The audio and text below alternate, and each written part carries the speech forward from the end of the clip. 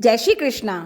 कार्तिक महात्म्य की कथा में आप सभी का स्वागत व अभिनंदन है।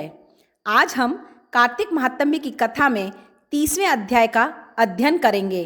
तो चलें इस अध्याय का रसपान करते हैं। इसमें भगवान कृष्ण ने कहा, हे प्रिय, नारद जी के वचन सुनकर महाराज पृथु बड़े विस्मित हुए। अंत में उन्होंने नारद जी का पूजन करके उनको विदा किया।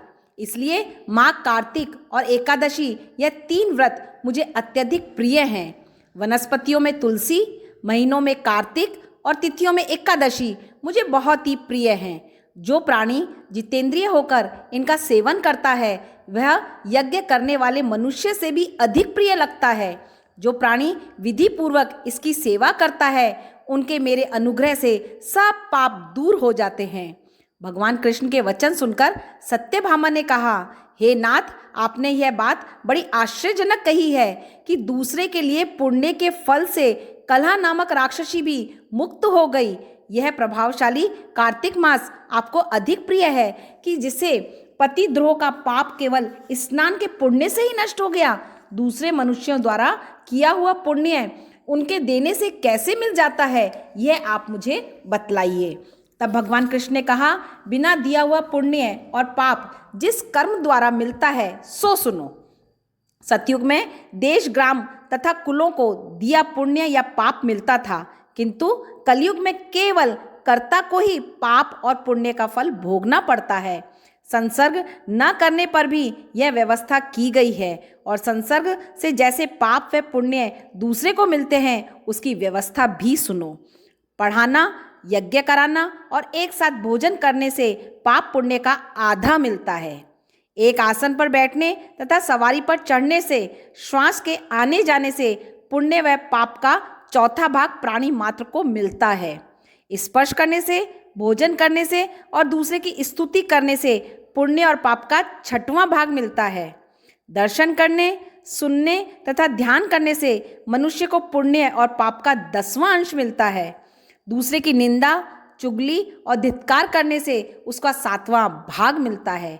पुण्य करने वाले मनुष्य की जो सेवा करता है वह सेवा का भाग लेता है और अपना पुण्य उसे देता है।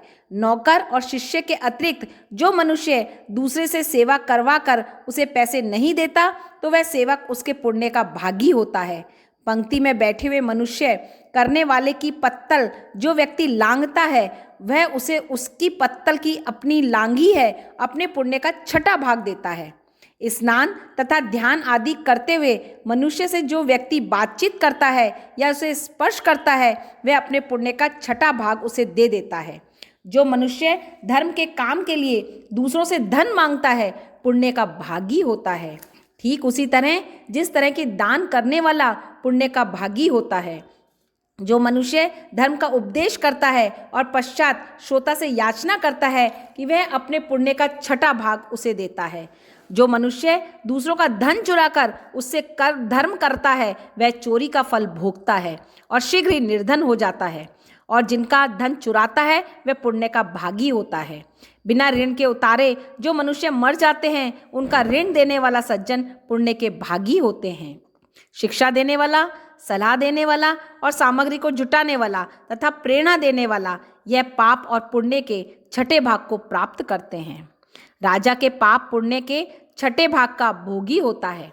गुरु शिष्यों का, पति पत्नी का, पिता पुत्र का, स्त्री पति के लिए पुण्य का 6वां भाग पाती है। पति को खुश करने वाला आज्ञाकारी स्त्री पति के लिए पुण्य का आधा भाग ले लेती है। जो पुण्यात्मा पराये लोगों को दान करता है वह उनके पुण्य का 6वां भाग प्राप्त करता है। जीविका देने वाला मनुष्य जीविका ग्रहण करने वाला मनुष्य के पुण्य के 6ठे भाग को प्राप्त करता है। इस प्रकार दूसरों के लिए पुण्य अथवा पाप बिना देने के भी दूसरे को मिल जाते हैं, किंतु यह नियम जो कि मैंने बतलाए हैं कलयुग में लागू नहीं होते। कलयुग में तो एकमात्र कर्ता को ही अपने पाप व पुण्य भोगने पड़ते हैं। इस संबंध में एक बड़ा पुराना इतिहास जो कि पवित्र भी है और बुद्धि को देने वाला भी है, ध्यान से सुनो। जय श्री कृष्णा। कल हम 31वें अध्याय में प्रवेश करेंगे।